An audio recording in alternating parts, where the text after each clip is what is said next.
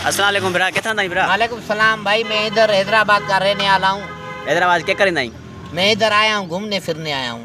घूमने फिरने हैदराबाद रानी बाग तो कौन है? रानी बाग तो बंदे रानी बाग घुमा दें तो कितना है? मैं इसलिए आया हूँ, यहाँ पर संगत है और दोस्तों को बताने आया हूँ, हमारे किनारे जा रहे हैं। हाँ, मैं सुनिया है तू मटी पानी खपे नहीं?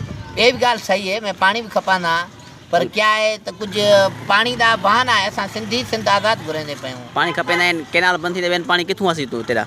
पानी ना आसी तो ये तो गाल दुखी पड़ गई है। मैं आखना पिया हाणे मदद करो ता मीडिया जरदारी को तू केड़ा ना देसी जरदारी को? मैं दरदारी मरसी उंदी मुंडी कप फुटबॉल खेलसा।